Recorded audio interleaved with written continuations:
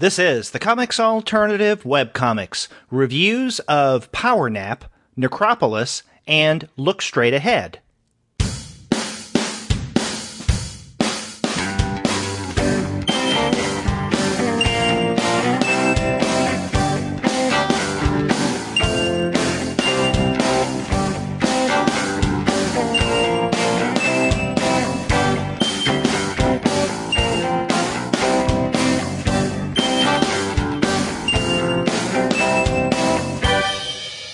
Hello and welcome to another episode of the Comics Alternative Webcomics. I'm Derek. And I'm Sean, and we're two bald guys with advanced degrees talking about webcomics. Well, that's right, we are now. I have to update that with your new haircut. Yes, and for those who are out of the know, they can visit my Facebook page and see what Sean is referring to. And on this episode of Two Bald Guys Talking About Comics, we're going to be looking at three webcomics. The first two are current ongoing, and those are Maritza Campos and Bachan's Power Nap, and then Jake Wyatt's Necropolis. And then we're going to wrap up with an already completed webcomic by Elaine M. Look Straight Ahead. But before we get into those titles, we want to let all of you guys know that this episode of the Comics Alternative Webcomics is brought to you by the great folks at Discount Comic Book Service. Go to their website, dcbservice.com, for all of your comics pre-ordering needs. There, you're going to find all DC, Marvel, Image, and Dark Horse titles at 40% off of the cover price if you pre-order. For all of the other publishers, those discounts will be 20 to 35% off the cover price, and every single month you're going to find some unbelievable specials. Sometimes those specials will be at 45% off the cover price, sometimes at 50% off cover, but often the discounts can become even wilder than that. And we have to also give a shout out to their sister site, mydigitalcomics.com. If your particular bent is more in the digital realm, you can pick up a lot of the top publishers' digital versions of their comics there. Image, Top Cow, Blue Water, Asylum, tons and tons of great comics there. All of their comics are available for DRM free, which is always a bonus. And your purchases earn you a 5% discount towards your discount comic book purchase sales as well. So you get double bonuses on that. That's right. You know, you can never go wrong with Discount Comic Book Service or its sister companies. So go to dcbservice.com for all of your comics pre-ordering needs. And after you do get your comics there, please be sure to send them an email and tell them that Sean and Derek sent you. Sean, before we get into this month's webcomic titles, we should share a message that we got after last month's show. Mail time. Mail time. Ooh, the mail's here. That means we get to see our old friend, Mailbox. And this one is from a creator that we discussed last time, Dershing Helmer. She is the creative force behind The Meek, and I believe we began the April show by discussing The Meek. Mm-hmm. And so when she found out that we had discussed her webcomic on our show, she she used Twitter. So she tweeted us and said, "Thanks for doing that." And I responded. And then she responded back. She said, "To be honest, I don't listen to many podcasts, but I like the thoughtful breadth of your talking points. I'll be following." So that's great. Excellent. Yes. Great to have a new listener on board. Yes. And she also answered a question that we had. I think we had speculated about how long this story might be, The Meek. And she said, to answer your other question, The Meek will be about 30 chapters, so get your decades ready. And speaking of, we just got a comment back on Rickety Stitch, which we also recently reviewed. And that's right. We did get a comment back from Rickety Stitch. Ben and James tweeted us and said, "Just wanted to let you all know, all of book 1 is online. We'd love to hear what you think of it all." So for those listening to our podcast and particularly enjoyed our March show where we discussed Rickety Stitch, and Gelatinous Goo, we cannot forget Gelatinous Goo.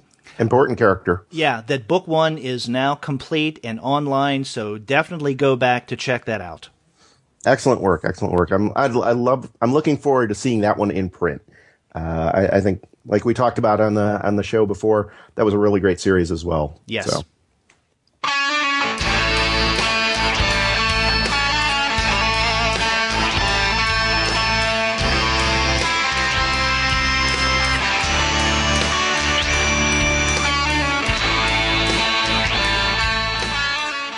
Well, Sean, let's talk about this month's offerings. Let's begin with Power Nap, and this is written by Maritza Campos with art by Bachan. And if the name Bachan sounds familiar to our listeners, that's because back in September of last year, Sean and I discussed his webcomic, Vinny. And we really enjoyed the art in that story.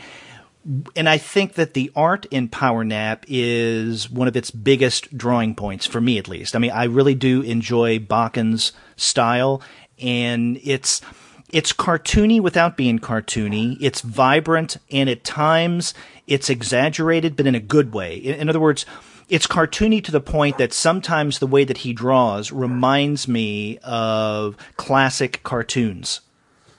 Yeah. Well, you know what? Before we forget, too, I want to make sure we highlight the URL. It's at powernapcomic.com. Mm-hmm. And we should probably mention a little bit about the story before we get too far into it. The premise. It's very unlike Vinny in that we're talking, it's essentially a real world, right? And where Vinny, we had a lot of anthropomorphic characters and doing this grim and gritty kind of thing. This is very much real world people walking around in a real world environment. That said, it's set at some kind of indeterminate dystopian future where everybody is essentially awake all the time so that the corporations and governments and whatnot can get more work out of you. And there's some kind of drug that they've developed to essentially set you up so that you don't need to sleep. So everybody is running 24/7, except for a handful of people that are apparently allergic to this drug, and they're unable to do that, unable to participate in this 24/7 environment, and consequently still are trying to get by with as minimal sleep as they can because they're still in an environment that caters to the 24/7 living. And so, the notion of falling asleep on the subway, the notion of trying to keep yourself awake with caffeine and coffee and all that stuff is very almost subversive in and of itself. So you have a character here like our protagonist, Mr. Spencer, and he is trying to get through his day in a tedious, annoying office environment and think, The Office or Office Space or one of those or types Dilbert. of things. Dilbert. So thinking of that on steroids type of thing. So this character, Drew Spencer, is just trying to get through the day, and he starts having these weird dreams. And the dreamscape starts kind of bleeding into his real life, and we start getting a kind of merging of the real world and the dreamscape between the two, and using this character Drew Spencer as the gateway, I guess, for the audience. Right. Yeah, and the fact that Drew is sleep deprived kind of makes you question his awareness and his sanity at times. I mean, is what he is seeing actually taking place, or is he, hallucinating because he just doesn't get enough sleep? And you compound that with the fact that when he does sleep, he does seem to be in kind of a dream space. But as you point out, some of the more recent installments, and we should mention this webcomic began in June of 2011, from what I can gather, and then the last update was, I believe, last week, May 16th. So this has been going on for a while. We're into Chapter 7. So it's been going on for a while, and we can talk about this in a moment. We don't have as much story as you would think for a webcomic that's been going on about 5 years. But where we are in the story now is Drew's dream world seems to be bleeding into his lived experience. It seems, because we're not entirely sure here, because at times, at least I, as a reader, question Drew's perception and whether he sees things that are actually there. And I think that's one of the things that makes this really fun. But you're right to point out that this is like an Office or a Dilbert on steroids and set in a dystopic, futuristic setting. Yeah. And it's one of the interesting things, going back to what you were saying about liking Bachan's art, is that it's this, because we're switching between the real world and this dreamscape, he's really being able to showcase his talents on both sides, right? He's drawing these, mundane looking office buildings and cars and trucks and trains and, very kind of normal urban settings. And then you flip over to this dreamscape, and it's kind of this Mad Max scenario with demons and ghouls and cars that don't even make sense, logically. And he's this very heavy fantasy element, and it kind of being able to bounce back and forth between them, I think really showcases his talents as an illustrator very well. Oh, exactly. And maybe we should mention as well that Maritza Campos is also a Mexican creator, because Bachan, I think we mentioned back in September, is an artist based out of Mexico. This time around, he's working with Campos. And, I mean, I don't know if they've worked together before. Do you know if they have? I got the impression that they have, but I don't know for sure. Okay. I don't. It's just kind of a feeling I have. I haven't seen that written anywhere, though. Well, and another reason why I mentioned both of them being from Mexico, I'm wondering if this was originally serialized, or is also being serialized, because it's still ongoing, in Spanish. And I assume so, but I don't know. Not only do I have not been able to find a non-English version, honestly.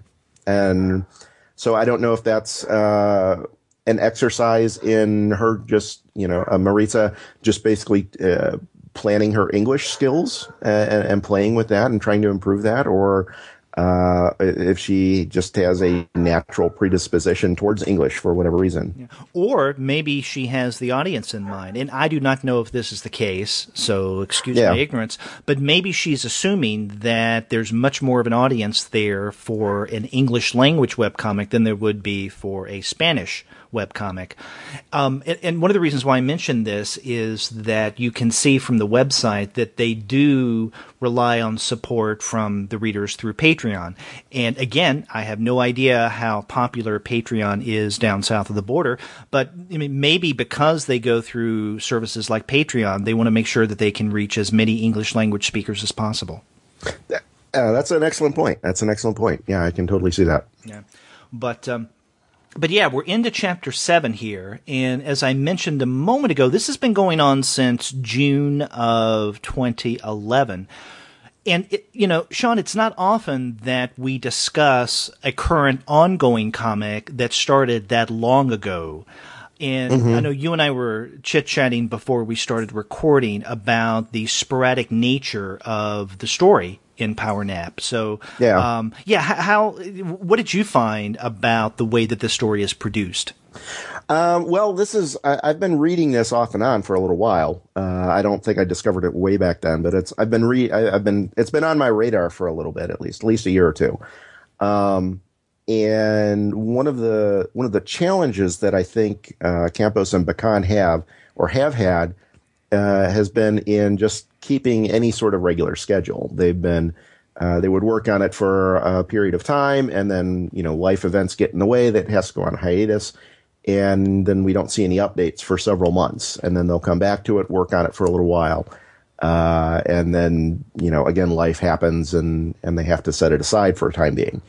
And I think because of that, they run into occasional issues with the storytelling flow, right? As they're working along, they get to a point where they can't update it, and then when they come back to it, there's kind of a bit of a jarring, not terribly jarring, but sometimes there's a bit of a jarring issue with just getting back into the flow of the story, and where was I last time, and where did we leave things off the last time we saw these characters, that type of thing, which makes for a little bit of a I don't want to say disconnected, but it's kind of a little bit of a halting feel in the story as it goes along from time to time. Some of that does seem to be from the storytelling itself, like it's deliberate. We're following this Drew Spencer character as he's trying to figure out what the corporations are doing. And, there's some kind of maybe this evil plot, and he's also sleep deprived. So maybe he's not quite following, the rest of the real reality as linearly as everybody else is. And I think there's some deliberateness in that, but, coupling that with some of the start and stop in the actual physical production of the story makes it a little jolting in occasion. Yeah, and in fact, when I was reading Power Nap, every now and again, I would get to a point that I thought that maybe I was forgetting something, or maybe I missed or overlooked a particular plot or character point, because what I was reading didn't seem to make complete sense. And so I would go back and look, but I hadn't overlooked anything, or I hadn't forgotten anything. In other words, I just felt that every now and again in reading Power Nap, there were little holes in the narrative, and that had me wondering. Now, I agree with you that in many ways those gaps in storytelling kind of make sense, right? Because that helps us to put ourselves in Drew's place. He's trying to make sense of things. Things are disconnected and very chaotic for him, so maybe the reading experience should be something similar for us as readers of this webcomic. Mm-hmm. That makes sense to me. And also, I was thinking that one of the things a good storyteller doesn't do is to just dump a lot of exposition, at the very beginning, or even, at any particular place in the narrative, right? You pace things, you give information as needed. So not showing all your narrative cards, so to speak, I think can be quite effective. Nonetheless, in reading Power Nap, I kept thinking parts seem to be missing here. When you told me that and I hadn't noticed this originally, but there were sporadic gaps, but they would publish a number of installments and then stop for a while, and then a number of pages, and then we wouldn't see anything for a while. That helps to explain things. So maybe getting out of the rhythm of publishing their story on a regular basis makes them maybe unaware of some of these gaps here. But, even given that, I still think that this is a story that is fairly easy enough to wrap your brain around, and that any confusion that you have reading this is more times than not part of the confusion that our protagonist, Drew Spencer, is experiencing. Yeah. I think one of the things that I like about this, and what struck me about this, is it kind of reminds me of actually a pair of movies that I saw many years ago, is Brazil and Naked Lunch, right? Both of those, they have a cohesive story. They flow. There's a definitive narrative there, but sometimes you just have to sit back and watch that and you go, what the hell is going on here? Right. And I think there's some of that, we start to get into that, the notion of the dreamscape and the psychological and representational imagery and that kind of thing. And because of that, there's a very deliberate sense of, keeping you off your footing a little bit. Right. And I think that's part of where some of the confusion comes from, and that's deliberate. Right. A little while ago, you mentioned this dreamscape that Drew retreats to, or that he finds himself in every now and again. And this starts to develop more in the second half of what we have so far. Mm-hmm. And I find this part fascinating because he finds himself as a member of, I guess we can call this something like a superhero team, right? But that has that Mad Max feel to it, as you pointed out, because they do seem to be in a barren setting. And Drew, he has a costume and he becomes a character, but his name becomes Noob for newbie. And so that he doesn't like that name, but they continue to call him Noob. And then some of the other heroes, if we want to call them heroes in this world, there's Cornelius, who seems to be the thoughtful leader, the intellectual of the group. Then there's a tough guy called Manly Chin, appropriately enough. Mm-hmm. There is a token female who is, of course, well endowed. I mean, we are talking about Bachan's art here, and we saw a lot of that in Vinny. But her name, again, appropriately enough, is Token. And then there's this strange creature called Kafka. And, Kafka is the one that we know least about. And intentionally so. I mean, I don't think this is a problem with storytelling at all, of not filling in those gaps. But I think that finding out what Kafka is all about is part of what is driving this story. And so I'm curious to see how things are going to develop, because I want to find out who this strange character Kafka is. And Kafka is, how would you describe him? He's kind of a short, robotic-looking figure, but his head is, how would you describe his head? A puzzle piece? Yeah, it looks like a strange puzzle piece. Yeah. It'd have to be a weird puzzle. Well, it's a weird comic, so that kind of works. But the interesting thing is, though, all of these characters exist in both the real world and this dreamscape. And as far as we can tell, the dreamscape version of it are manifestations of Drew Spencer's own psychology. Right. So, he is not only creating in his mind what these characters look like in this dreamscape, but he's also giving them names and powers and abilities. As far as we can tell, it seems to get a little fuzzy in places, and then part of that's, he's trying to figure out what exactly is going on. But so we have these characters who, like Token, she's a real person in real life and works in the same office building that Drew does. Someone named Lillian. She's named Lillian, just looks like a typical woman in a very humdrum job. And she still remembers, she's aware that she's going into his dreamscape and aware of the adventures that they have in there. But at the same time, she has apparently less control over who she is within the dreamscape. He named her, Drew named her in the dream world. Drew was the person who kind of defined what she looks like. So it's a little confusing on where we're going with that and how all that works. But as I said, that's part of the story itself, is trying to figure out. Drew is trying to figure out what the heck's going on here. Right. Well, on this topic of Token / Lillian, where we are in the story now raises quite a number of questions about Lillian in the real world and what her connection is in terms of her own will with this dream world. And there's something that's, strange that goes on. I don't want to give too much away here, but I'm not exactly sure how to interpret that. So I said I want to see how the story pans out in terms of the character Kafka. I definitely want to see what's going on with Lillian as the office worker in Drew's real world. But the character Cornelius in Drew's world is a window cleaner, an older guy who's a window cleaner. And then who is Mr. Chin? He is. We just got introduced to him, I think, within the past 2 or 3 installments. He's basically a 15-year-old boy. Okay. Oh, yes, that young boy that he encounters. That's right. Yeah. We just met him, though, and so we don't know anything about him yet. Right. And then we haven't mentioned these guys yet, but I guess mid-level workers, if we want to call them that, since you were emphasizing Drew's humdrum corporate existence, the mid-level management of the dreamscape are these 2 devils. Or I guess they're devils. They're humans that have devil horns, and they're red.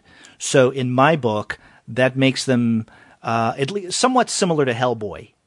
Yeah, Hellboy. If actually the one character, as I'm kind of scanning through the art, one of the characters looks very much like Hellboy, including the large kind of gauntlet kind of thing going on his one arm. He has the large oversized handgun. Very, very much a Hellboy inspired type of character. Although at the same time, very much not Hellboy, right. Exactly. In terms of the characterization in that. Right. And, as I think we've insinuated throughout our discussion on Power Nap, that, this is a funny comic. And so these characters, these devil-like characters, are not just evil devils. I mean, they're funny. And the relationship between the two and how they get along, I think, is part of the humor. But also the way that these 2 characters, and one is called Jeremiah. I can't recall the name of the shorter guy who seems to be the leading devil. But the way that they treat Drew, or the noob, is hilarious. Yeah, and it's one of the interesting little, kind of an ongoing. I don't know if you call it a bit of business or actually this will go to a plot point necessarily. But one of the interesting things is that we're originally looking at this dreamscape as sort of an escapism from the humdrum life that Drew has in an office building, and his job is literally to staple papers together. Yeah. But we keep going into this dreamscape, and there are so many rules and regulations. It turns out to be pretty much just as bureaucratic as his real life, or very nearly so. You know, he's gotten out of. He's getting wrapped up in adventures because he signed a contract that has the fine print that he didn't read very carefully and all that kind of stuff. So it's an interesting kind of play in that, you know, I think what they might be trying to say with that is that, you know, for whatever bureaucracy and red tape that you deal with in your own head or in your own life is in part in your own head. And that so when you are living a life entirely in your own head, you're going to carry that with you. Mm-hmm. Just as I don't know, that's just kind of an interesting possible reading that I was getting out of this. I'm not sure if that's intentional or not, but it certainly makes for some very comedic moments as well. Well, you know, Sean, I really do like Power Nap, and I'd like to continue reading it, but I wonder how much longer it's going to be until they wrap up the story. You know, that's a good question. Because we've got, I think there are two things that we don't know about that. Is that one is I don't see exactly where an ending might be planned in terms of the overall structure. I don't know if we're on chapter 7 now. I don't know if this is going to be 10 chapters or 20 chapters or 100, or if they even have it finalized yet. And then there's also you know, whether or not they can keep up with it on an ongoing basis. You know, I mentioned they had a few issues before with some hiatuses. So this might end up going on for another 5 years easily. But we'll see.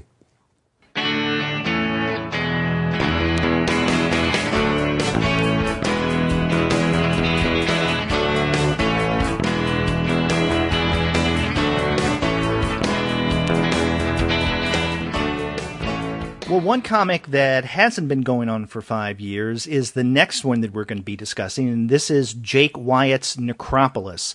And you can find this one at necropoliscomic.tumblr.com. That's necropoliscomic, one word, .tumblr.com. So it's a Tumblr webcomic. It began in May of 2015, and so it's been going on for exactly a year, and the latest update was just yesterday as you and I record this. So the last update was May 21st, and we're just into Chapter 2. So whereas with Power Nap, we have a story that's been going on for quite a while, but still we're kind of in the middle of things. With Necropolis, Wyatt's just getting started. Yeah, actually, we're just in chapter 2, just started not that long ago. But most of chapter 1 is almost entirely set up, right? Right. We're seeing a lot of getting introduced to the characters, the kind of the backstory of why they're here and that kind of thing. And it's very interesting, but we don't know where it's going to go directionally as a overall story arc. I don't think, at least not at this point. Okay. So what is the premise of Necropolis? Well, so we have a young girl, and I'm drawing a blank on her name off the top of my head, of course. Actually, I think there's a reason why you're drawing a blank. It's because I think the only time her name is mentioned is in a note that Wyatt makes at one point where he gives us a bit of the script. And he uses the name Carla, and then he explains, he said, I use the name Carla because that's kind of the way that I see her. But I don't remember seeing the name Carla within the body of the story proper. Maybe I'm wrong. Yeah, I don't recall seeing that either. It's very clearly she's referenced to as the girl repeatedly. Right. But in any event, she's a young girl. She witnesses a lot of horrific things. You know, her village is raided, her father's killed, her house is burnt down, et cetera, et cetera. And this is a fantasy. This is kind of like a myth-based, it seems, fantasy. Yeah. And so she decides, okay, I have to do something to make sure this doesn't ever happen again. So she makes a deal with goddess Ibis, I believe. Mm-hmm. And basically Ibis gives her this incredibly powerful sword that will not allow any other sword to harm her or any other weapon to harm her, or something to that effect.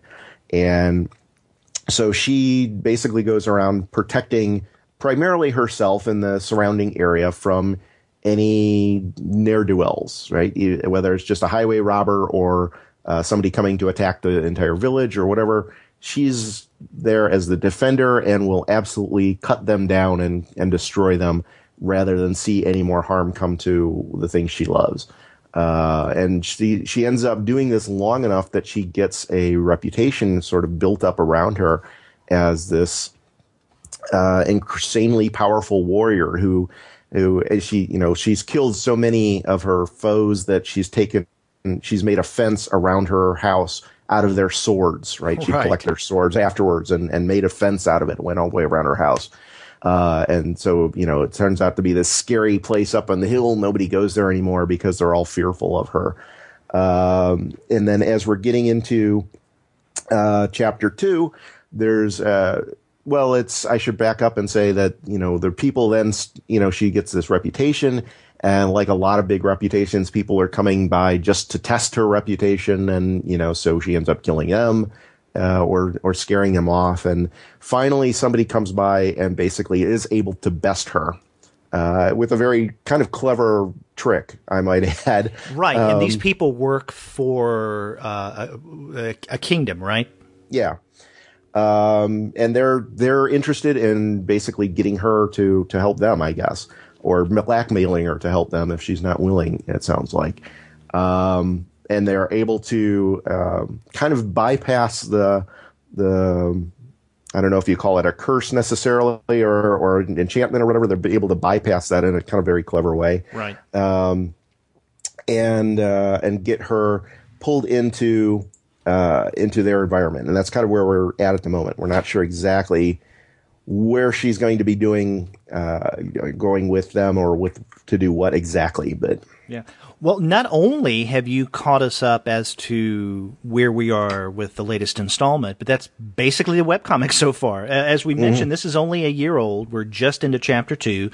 So there's not as much story here for us to discuss as we usually get on these webcomic shows, but that's fine. I think it's very interesting to catch a really intriguing webcomic at the early days. And we're definitely at the early stage here with Necropolis. One of the things I want to point out about this, let's say something outside of the story itself, is the fact that, as far as I can remember, this is the only webcomic that you and I have discussed, or even before you joined, that Andy Wolverton and I discussed, that has been available solely on Tumblr. I know that, unless I'm forgetting something, I know that artists use Tumblr in a variety of different ways, sometimes to test out art, sometimes to get reaction before they post something on a webcomic or put it in print. But I think this is the first occasion that we have discussed a webcomic that is actually being serialized on Tumblr. Yeah. As I'm trying to think back, I can't remember any others that we've talked about that have done that. I have seen them before. That's certainly not unheard of by any means. But I don't think we've ever discussed one on this show before. Yeah, and I point this out not because it's unusual, because as you say, it's not. The way that Tumblr is set up is many ways similar to the way that people maintain blogs. So one could make the argument that Tumblr is a blog-like social networking site. And that's the way that I see this. And, as we pointed out before, that the structure, the setup, the presentation of a webcomic is, in essence, a blog. We just don't call them blogs. But so it makes sense that this is being serialized on Tumblr. Other things I want to point out about the structure of this site, again, as a whole, and that's something we maybe we can go back and mention the way that Campos and Bachan did their website with PowerNap. There's an archive here, just as there was an archive with PowerNap. You can go back to the very beginning or to the very end. In other words, you can navigate fairly easily enough. But one of the things that strikes me about both Necropolis and Power Nap is the lack of information that they provide on their About page. With both of them, if you click on About, you find out about the creators, which I think is good, but you really don't find out anything about the story proper, right? You don't get even the bare necessity of a premise. You don't get a character listing. And the majority of the webcomics that we've discussed in the past have at least something like that. You know, it may not be the most detailed, although some are very detailed. But for instance, I'm looking at the About on the Necropolis site, again, necropoliscomic.tumblr.com, and what Wyatt presents is information about him, and I guess it's his wife, Catherine, who helps him every now and again on this.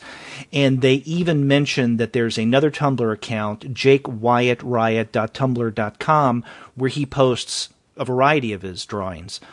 So, and again, that's good, but there's nothing on the About page that tells us about the story Necropolis. Another thing about the About page on Necropolis that I wanted to comment on, because I think this is a little unusual, is he mentions, and I'm reading here off of this page, upon completion, Necropolis will be released in print by Image Comics in English and Casterman in French. Now, that struck me as unusual because we're just into Chapter 2, and already he has publishers for this? I mean, that's impressive.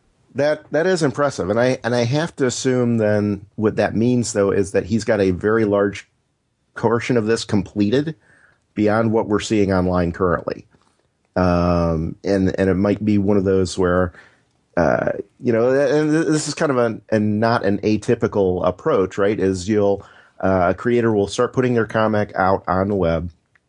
Goes for however long, a year or two or whatever, and then they start putting a print version together. And the problem that people run into is, or the reason I guess people run into this is that, you know, they want to make sure that it's done before they print it, right? And they get some feedback and they'll be able to make changes and whatever. But the fact that Image has already signed for this and Casterman has already signed for this kind of suggests that he's got a lot farther along to get that, you know, that premise down. You don't walk into Image Comics and say, "Hey, I want to do this comic," and they just say, "Yeah, okay, sure." Right. He's got to have you know, some kind of portfolio put together on this. I'm presuming beyond the issue and however many pages that we've got so far. Right. And, you know, I was thinking the exact same thing. However, there's something about this webcomic that would kind of complicate that assumption, and that is for this to be only a year old and for us only to be at the very beginning of Chapter 2, there have been, not hiatuses, but interludes, I think as Wyatt himself describes them, where he takes a break from the story in order to present us with bits of information about this or that. Sometimes it's sketches that he provides. Sometimes it's information that he presents in prose about the design of this webcomic or the design of this world that he's creating. And he says when he first does this, and I'm looking in the archive, this happens in August of 2015, he mentions that through, I think he and his wife or his partner are in the process of moving at that point. And he said, "I don't have the next pages. However, I'm providing these interludes here." It's something about he couldn't access some files or information or something. I can't remember the details here. I mentioned that because I found that a little interesting given the fact that they had just started the story, or he had just started the story, and then all of a sudden we have this pause in the narrative proper for these several installments, and therefore of an interlude. And okay, that's fine, 4 or 5. But I also point this out because if indeed he has a lot of this already written out, and maybe even drawn out to where he can get contracts with both Casterman and Image, then he should have this available and ready to publish, because we have about a month's worth of an interlude, and then a couple of months later, November into December, we also have kind of a pause in the story proper with various sketches, and this is between chapters 1 and 2. Now, I would expect these kind of things to happen between chapters. So, I mean, maybe he has the story written, maybe it's the art that's not done, I don't know. But coming back to this information on the About page, I just find it interesting that, we're just starting this story and he already has publishers for it. Yeah. I do think, though, that says a lot that he's got enough. That the editors or the publishers at both Image and Casterman looked at this and saw enough in whatever they saw that this warranted publication. We've in fact talked about some of the other comics that they went ahead and just did them online because they thought they were cool and this was neat and I want to do this and tell this story. A publisher saw that and said, "Oh, hey, let's pick up that as a graphic novel." And we saw, like Space Mullet as the first one that springs to mind. We talked about that a few months back.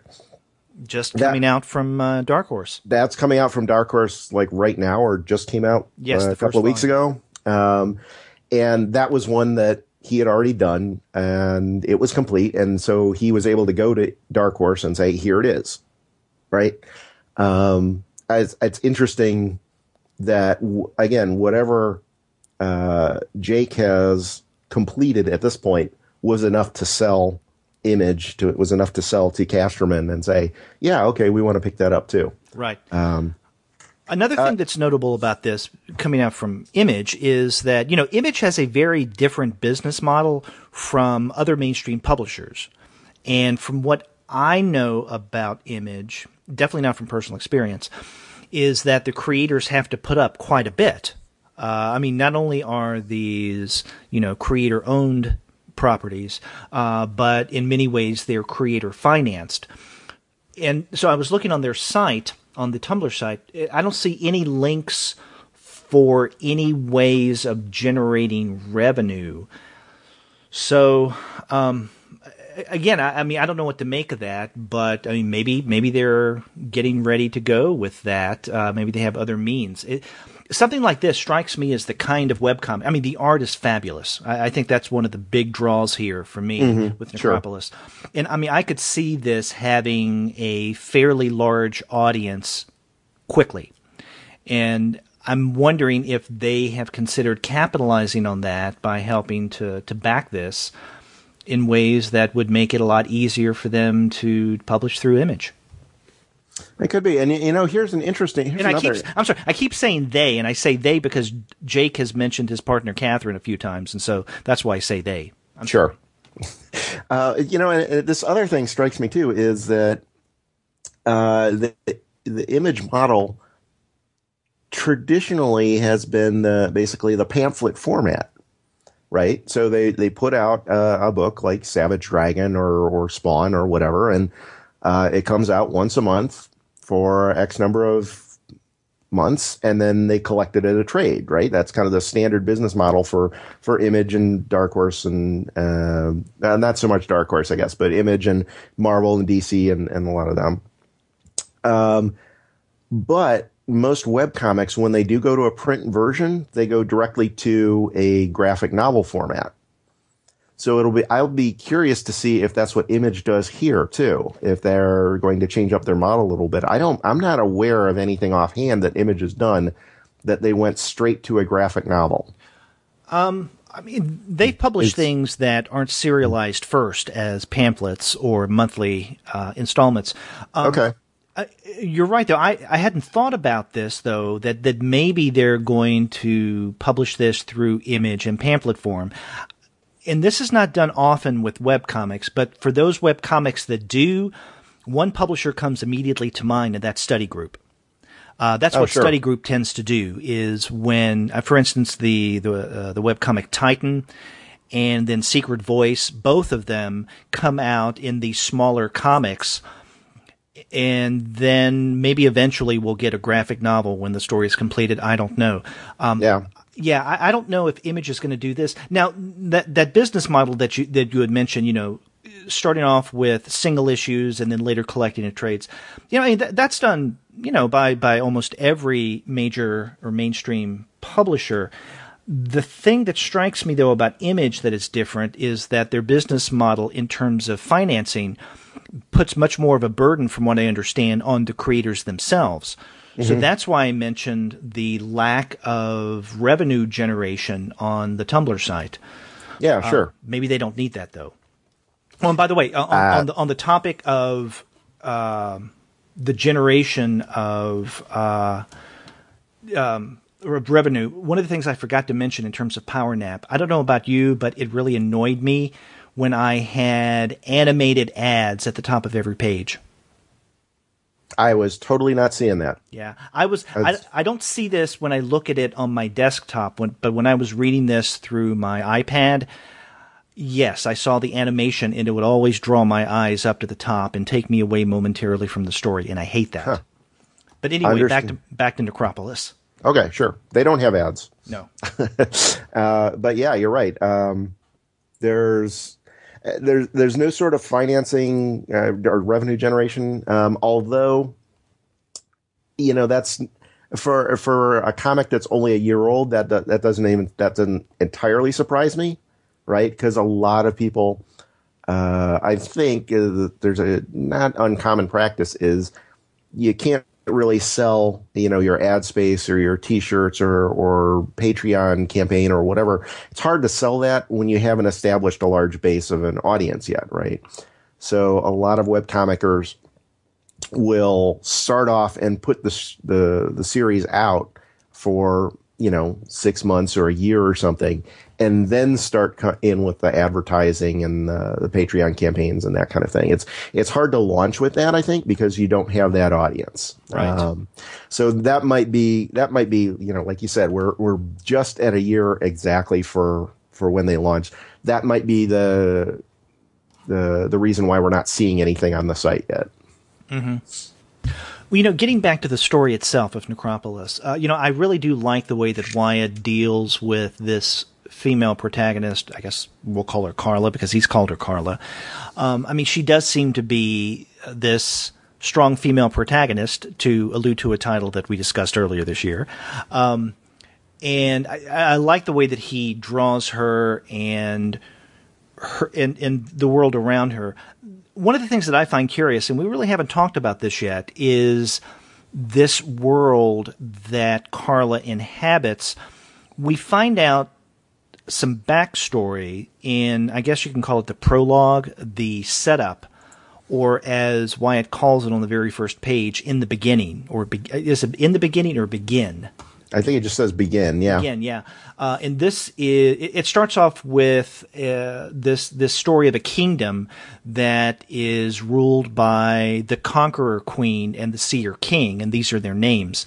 And so they subdue the 16 tribes of Hiberia, and they rule with a strong hand, but benevolently, this realm for years. And there is a question as to how they're able to maintain their longevity. They don't seem to age. They don't die, at least at first.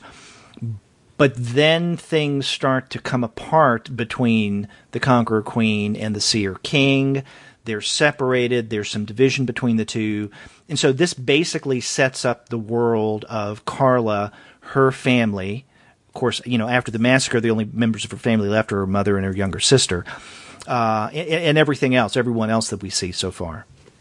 Mm-hmm. And I'm wondering how this exposition, this background of the Conqueror Queen and the Seer King will play in Hiberia will play itself out in the story to come.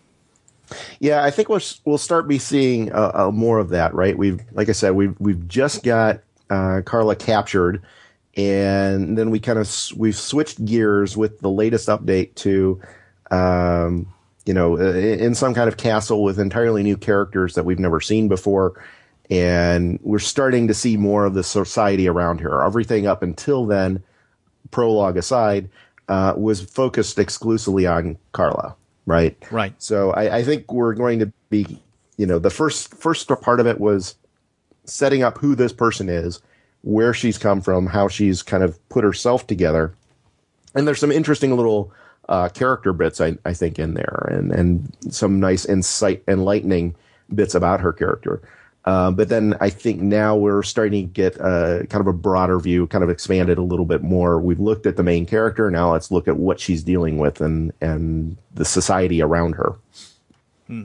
Yeah, and I've mentioned before, I really love Wyatt's art. This is something that I could see myself keeping up with and following on a regular basis. Yeah, and I think it'll look really great in print too. I think it's one of those. He's got a very delicate line, I think, and I think unless you've got a really high resolution monitor or are seeing it in print, I think you're probably not seeing everything that he's putting into it. It would be my guess. I agree.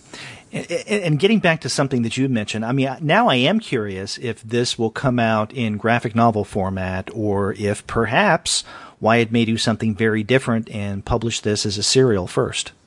Yeah, that's something to keep our eye out for, I think.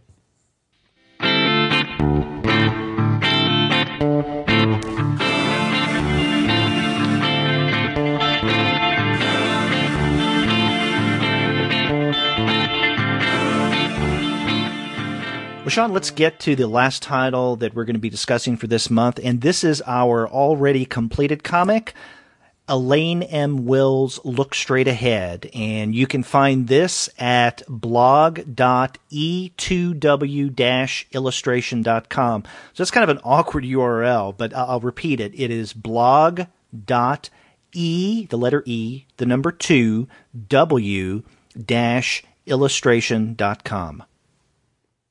Or if you just do a Google search for Look Straight Ahead and Elaine Will, you'll easily find it. Yeah, fortunately, there's not too many competition for that, I guess. Yeah. And, I didn't realize this when you recommended that this should be the already completed comic that we discussed for the month of May. But I remember seeing this book solicited a couple of years ago in a previews catalog. Look Straight Ahead not only is a completed comic, and it ran from June of 2012 to March of 2013, but it was published in book form in April of 2014 by Alternative Comics. And when I saw the cover, I remember seeing that solicited by Alternative Comics, and I thought maybe I had been sent a review copy, but I wasn't, because I would have had a record of that. So I did read this as a webcomic, not in book form. But you were telling me that you actually do have a copy of the book. Yeah, I do. As I was reading this when it came out originally, and I very much enjoyed it and liked what Elaine had put together. And I think I may have mentioned it on my blog or Twitter or somewhere. I made reference to it at some point. And once it was published, she went ahead and sent me a copy and said, "Hey, you know what? I appreciate what you did.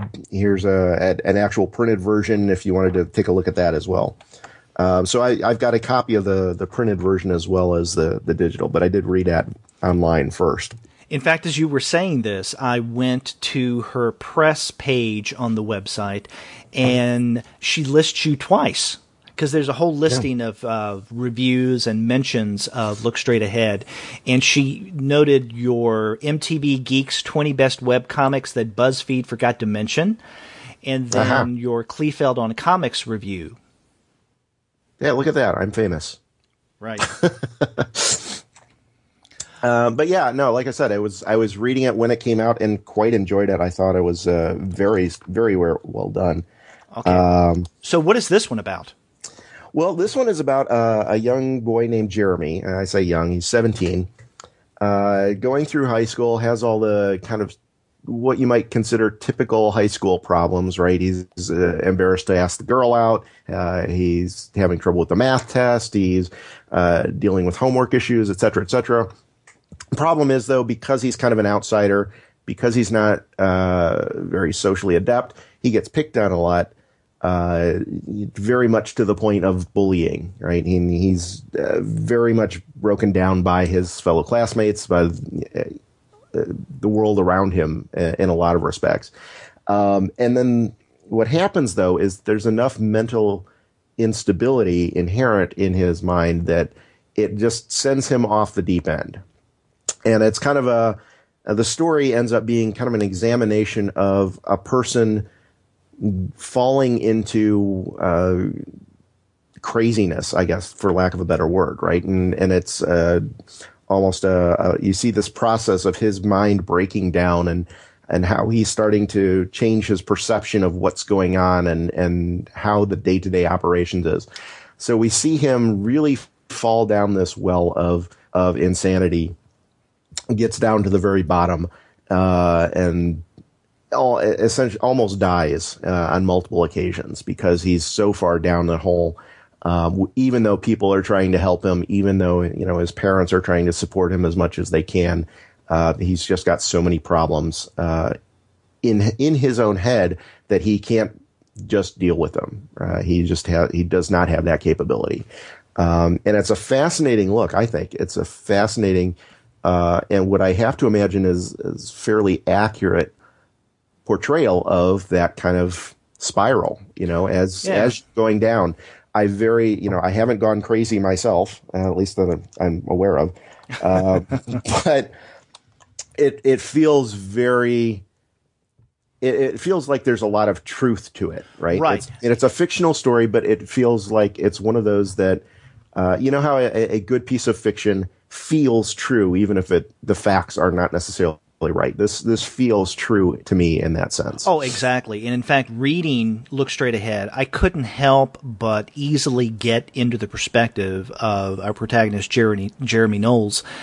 And I think that Elaine Will writes in such a way that you do, as a reader, get into his shoes and feel. Because I remember reading this and at times feeling very anxious and uncomfortable myself, and I paused in my reading and wondered, why am I feeling anxious? It's because I was feeling anxious just as Jeremy was at certain moments of the narrative. So I think that speaks to her power as a writer, but also she does share some of Jeremy's experience. And if you go to the About page on her website, I think her About page is a little more descriptive. It gives us more information than the About pages of Necropolis and Power Nap. She introduces herself and tells us where she's from and some of her educational background. But she says, and I'm reading here from the page, About page on her site, Look Straight Ahead is a project that's been rattling around in my head since 2003. I had always wanted to do an epic book-length comic of some sort, but could never seem to get one finished. I noticed that there was a distressingly small number of comics centered around mental illness and wondered if I should try my hand at drawing one. I had suffered an actual mental breakdown in 2002 and had been devouring every book related to mental illness I could lay my hands on ever since, so I certainly knew my way around the subject. I also felt it was an important story that needed to be told. And I think that brief paragraph there tells you everything you need in order to understand what I said a moment ago, and that is, it's really easy to get into Jeremy's skin. I mean, she writes from an authoritative position, and from one that it not only is based on her own personal experience, but also research that she's done. So I think that is what makes this such a moving story. Yeah, and what helps too, I think, is that she grounds it in a lot of the same types of scenarios that pretty much everybody deals with, right? You're 17 years old, you're going through high school. There's that girl that you're too embarrassed to ask out, or you're, like I said, you're having trouble in getting your homework done, or you didn't pass the math test, or whatever, right? There's a lot of these types of situations that I think are almost universal, certainly for a first world country, right? And so, you can start to, there's all those feelings of self-doubt and fitting in and ostracization, all of that stuff people go through at some level, I think. And so it's easy to pick up on, okay, I know exactly what Jeremy is thinking about when he's talking about this, right? You've been there. With Jeremy though, it just goes a step further and then a step further than that. And you can kind of see that progression from, okay, here's here's all the problems I had in high school, and I stopped at this point, but Jeremy kept going. Right. And you can kind of see, oh, well, it just was another step or two or three to get down to where he is. Mm-hmm.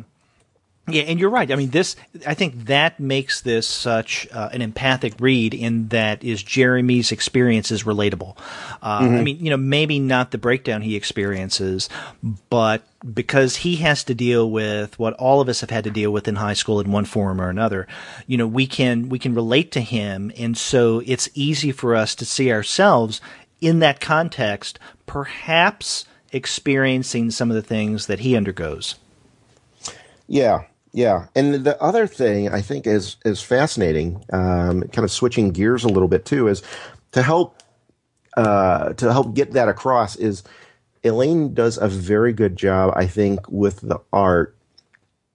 Not only is the just very well illustrated, but she's very conscious of how the overall structure of the storytelling impacts your feeling on the page and what Jeremy is feeling on the page. So, and by that I mean a lot of the introduction, where it's just kind of normal everyday stuff. You've got a fairly typical page layout. Just 8-10 boxes on the page with some art in each one. Everything goes smoothly, one to the next, no problem. But in the instances where Jeremy starts having more and more problems, the panels start falling away, right? They in some cases, they literally just start falling off the page. They start breaking down. You start having, instead of hard, rigid line borders, they start becoming sketchy, or they start becoming disjointed or disconnected. A lot of interesting things going on with the layout, just to kind of emphasize that he's kind of having problems and he's falling more and more away. Right. And then, we should mention that the vast majority of the art is black and white, what you're describing. Yeah, I was just getting to that too. And the story though is in largely black and white, except for those instances where he's just so far off the deep end, he's not seeing reality at all. And that's when she brings color in and starts using color as an integral part of the storytelling itself. So there's this black and white line art throughout, and then all of a sudden there'll be this, giant demon face or something in a brilliant gold yellow color on the page.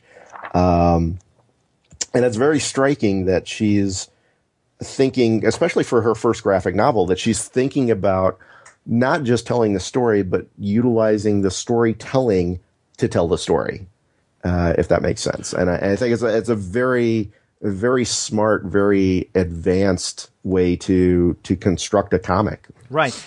Yeah, and I'm impressed that she doesn't rely on just one kind of art style that tells us as readers that there's something going on with Jeremy in the way that he's seeing the world. I mean, I think it would have been easy enough for her to stick with black and white and use some of those strategies that, you described so well. The breakdown of the panel borders, the sketchiness of some of the images when Jeremy seems to be looking at the world in a not very rational way.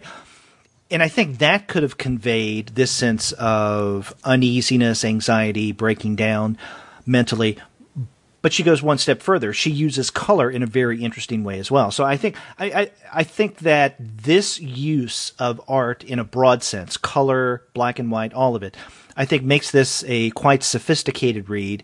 And, with Power Nap, we had Campos and Bachan doing some shifts of their own and going from the real world to the dream world. And we have, I guess, a similar shift going on here in Look Straight Ahead, where Jeremy goes from things making sense, according to everyone around him, to him retreating into his own little realm. But she does it in a very different way that Bachan does. Yeah. And what impresses me, too, is that as I said, this was in black and white originally with these little sparks of color on occasion. And we're talking about a 200 pages, something like that. I don't see a page count offhand, but probably something on the order of 200 pages. And they did the exact same thing for the printed version. right? It's all in black and white except for these handful of pages where there's a little bit of a spot color. It's very, it's striking when you're looking at it online because you have the vibrancy of those colors. They pop off the screen, you've got the glow of the screen behind it and all that. And that's a different change from, the black and white that you've been seeing, but you're still in the context of the internet, right? So you're still seeing, the borders on the side of the page. You're still seeing, maybe some icons in the background on your desktop or what have you. When you're looking at it in the printed form, and they kept all that black and white versus color dichotomy and kept the isolation of those colors, it's even more striking. The colors are a little bit more muted just because they don't have the light behind them inherently. But when you're looking at a black and white 2-page spread and there's, one panel with one little spot color, it just really stands out. And I think I give a lot of credit to, I presume Elaine was the one who really fought for that. It could have been, like you were saying, you could have gotten rid of the color and it would have worked perfectly fine. But the fact that they went ahead and printed it like that, I think says a lot of I guess, just towards her storytelling skill and that she must have, I can guarantee you she fought for that. I can guarantee you the publishers originally looked at this and said, yeah, we could just do this in black and white, saves a few bucks. Well, let me ask you, you have a copy of the book. If you were going to recommend this comic to others, would you tell them that they should go out and buy the book or that they should read this as a webcomic? That's a darn good question. I think my recommendation would be just to read it, honestly. And whether or not you read that online or in book form, I think I would cater that suggestion to what your preferences are in general. Okay. If, for example, if you wanted to read it online, that's going to save you the $20 or something that it costs for the book. And you get the great story and it's solid and comes across very well. But there's some people I recognize do not like reading online for whatever reason, right? They're not comfortable with the screen. Some people, I've actually got friends who can't read long periods on screens, from physical eye issues, and a book, the solid book is great for that too. Yeah. And I asked that, for me, I would say get the book just because, you'd help support the author, right? So if you go out and buy the book, sure, she's going to get a few cents from that. So that's good. Hopefully more than just a few cents. But I guess I was asking you in terms of the effectiveness of the art and the colors, because you mentioned that the colors in the print format seem to be a little muted, and maybe understandably so. But I didn't know which one, in terms of the visual effect, you would recommend one over the other. Well, I think they're honestly, I think they're both good. They just have slightly different effects. Okay. So, like I said, the color tends to pop a little bit more on the screen because, like I said, you got that light coming from behind it, and it's the color itself is light, right? It's illuminated. So there's a little bit more vibrancy to it. But like I said, it's within the context of reading it in a print version. The color is a little bit muted because it's printed, but at the same time, it pops in a slightly different way because you're a little bit more brought into the book without the distraction of everything else that's going on your screen. Right. Now, again, I want to stick with the idea that this is both a complete webcomic that's available in its entirety and a book that you can go to Amazon or Barnes & Noble, wherever, your local bookstore, and get a copy of. I find it fascinating and heartening that Will has decided to retain the entire webcomic online even after the book came out. And I mention this in light of some of the other things that we have discussed on this webcomic series, but also on our regular review show. Not too long ago, I think back in February, one of the webcomics that you and I discussed was Tony Cliff's Delilah Dirk and the King's Shilling. And that book was about to come out. I believe it was published by First Second in February. And so we knew that we weren't going to get the complete story because the book was about to come out. And in fact, when Gwen and I did that interview with Tony not too long ago, we even asked him about that kind of strategy, right? And that's something that the publisher really wanted him to do. Sure. And that's understandable. You know, First Second, it's a major publisher. It's part of Macmillan. Another comic that comes to mind that does that is Noelle Stevenson's Nimona, and that's something that we discussed last year on a regular review show. Now, Nimona had been, past tense, available in its entirety online, but when a print version came out almost exactly a year ago this month, I think, they took down the vast majority of the webcomic. In other words, they truncated it. Now, I understand this as a business decision, right? And I do not blame the publisher and especially the creator, you know, Tony Cliff and Noelle Stevenson, for doing what they did. I mean, it's a little different in that Noelle Stevenson's webcomic was out there first, but then she truncated it. Tony's was never there in its entirety. I think the first Delilah Dirk book was, but then he truncated that. And I don't blame them for that, because it probably is a good business decision to have people, if they're enticed by your story, your art, to go buy the book. But there's something admirable about Elaine Will leaving the entire story up online even after the book becomes available. I appreciate this because not everyone is going to be able to or will want to go out and buy the book, but she's still giving them the story nonetheless. Well, I think that kind of goes to the reason why she's doing it. Right. Yes. You know, I think with something like Delilah Dirk, with something like Nimona, we have a great entertaining story for, however long it takes you to read that. And that's great. Fiction is wonderful for that. I think what Elaine's doing here and the reason why she's keeping it online is, it's a fictional story. Yes, it's entertaining, but it also gets to, and you kind of mentioned this earlier, that deep sense of empathy with what people who are undergoing mental illness have to deal with. And I think there's an educational component, emotional educational component that she's trying to get across with this as well. She's telling the story because, like it says on her About page, that there's not a whole lot of comics around mental illness. And there's that educational aspect to this, right? So it's, if you encounter somebody who's mentally ill, who has problems, maybe this is the kind of stuff that they're dealing with, right? And I think she's very, understandably, she's very committed to that message and to that notion of educating people about, hey, this is not just the crazy homeless guy that's yelling off the curb. There's a problem here. This guy is dealing with issues that you might not have no idea about.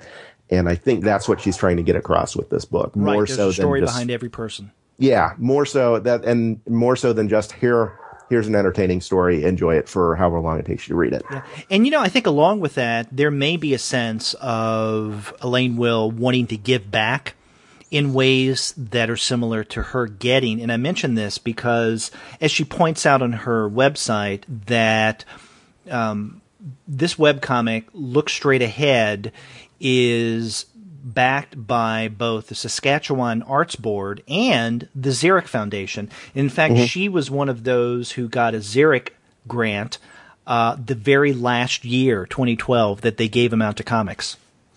Yeah, and justifiably so. I don't know. I was actually, I have to say on my little soapbox here, I was very, very disappointed when they stopped doing the Xerics. Yeah, me too. I mean, I understand why they changed that. I get it, and it makes total sense. But one of the things I found is that, if I ever wanted to look for a good book, I could just look for whatever was on a Xeric, had one a Xeric, and that I was guaranteed to get a great story out of that. Right. And that was what I would end up doing is, okay, what got a Xeric this year? I'll buy those. If nothing else, I would buy the Xeric books because they are that good. They were always that good. And I think Look Straight Ahead falls under that category. It's totally understandable why it got a Xeric, I think. Yeah. And, in many ways, for me at least, before 2012, I always found that the Xeric grant was, for me, more of a barometer of quality than, let's say, the Eisner or the Harvey. Not that Yep. I have anything against the Harvey or the Eisner. It's just that with Xeric, and given my interests in indie titles and small presses, I would tend to gravitate toward those type of comics. And so that's why the Xeric Award seemed to be a barometer for me, and in ways that other comics awards weren't. Yeah, absolutely. I'm totally with you on that. Yeah. But this is definitely a comic to check out, whether you consume this online or you purchase the book. Elaine Will's Look Straight Ahead. Definitely see what that's all about. Yeah, highly recommended.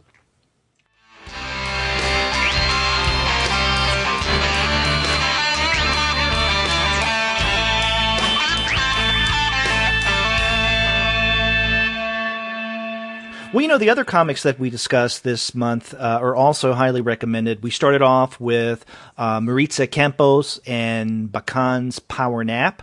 After that, we looked at Jake Wyatt's Necropolis. And then we wrapped up with Look Straight Ahead by Elaine M. Will. So 3 good choices for the month of May.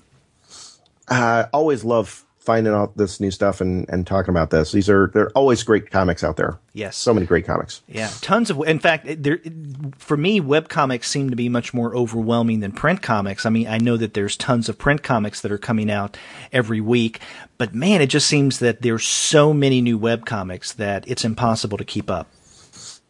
Yeah, you don't want to look at my feed for incoming.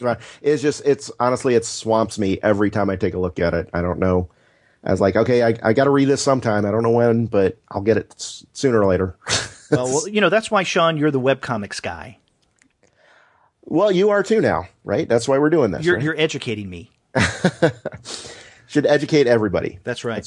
That's what we're doing. Yeah. And, if you like great comics like this, you could check out the website of our sponsor, which is Discount Comic Book Service. Go to dcbservice.com. Or if you like your comics in digital format, go to mydigitalcomics.com. And after you do get your comics there, get in touch with us and let me and Sean know what you liked about this episode. If you go to the website, comicsalternative.com, you'll see that you can leave us a voice message through the wonders of SpeakPipe, which is really simple and easy to use. Or if you want to go old school, you can pick up the phone and call us at 415-3-COMICS. That's 415-326-6427. And, we're always on the lookout for more comics. There's, like we were just saying, so many great ones coming out all the time. If you want to give us a recommendation, the easiest way to do that is probably by email, or you can include just a quick link to that. You can email us at twoguys, TWOGUYS, at comicsalternative.com. Or you can email me directly at Sean at comicsalternative.com. And me at Derek at comicsalternative.com. You can also find us all over social media, places such as Twitter, Facebook, Tumblr, Instagram, Google+, Goodreads, Pinterest, and YouTube. You can subscribe to the podcast through iTunes. You can stream us on Stitcher. You can find us on TuneIn. You can now get us on Spotify, and if you're an Android user, on Google Play Music. But you can still find every single one of the episodes that we've ever put up on the podcast, as well as the various reviews and comics-related commentary that we post on our blog, by going to our website, which is comicsalternative.com. A lot of ways for people to contact us. And, as Sean said, we do appreciate your recommendations of webcomics. Yeah, as I got plenty to keep me busy for a long time, but I'm always looking for new stuff too. There's not only the great new ideas coming out all the time. We were chatting before a little bit about the democratization of storytelling with the web, but also the technology is continually updating. So if you're doing something particularly cool from a technological perspective, that's even more fascinating too. Yeah, and in fact, if you are a web creator or a webcomic creator yourself, let us know about your stuff. Don't be shy. We'll take a look at it, and we may include it on the show. That's happened several times. Absolutely. Absolutely. So we look forward to hearing from you, and until next month, I'm Derek. And I'm Sean. We'll see you later. Goodbye.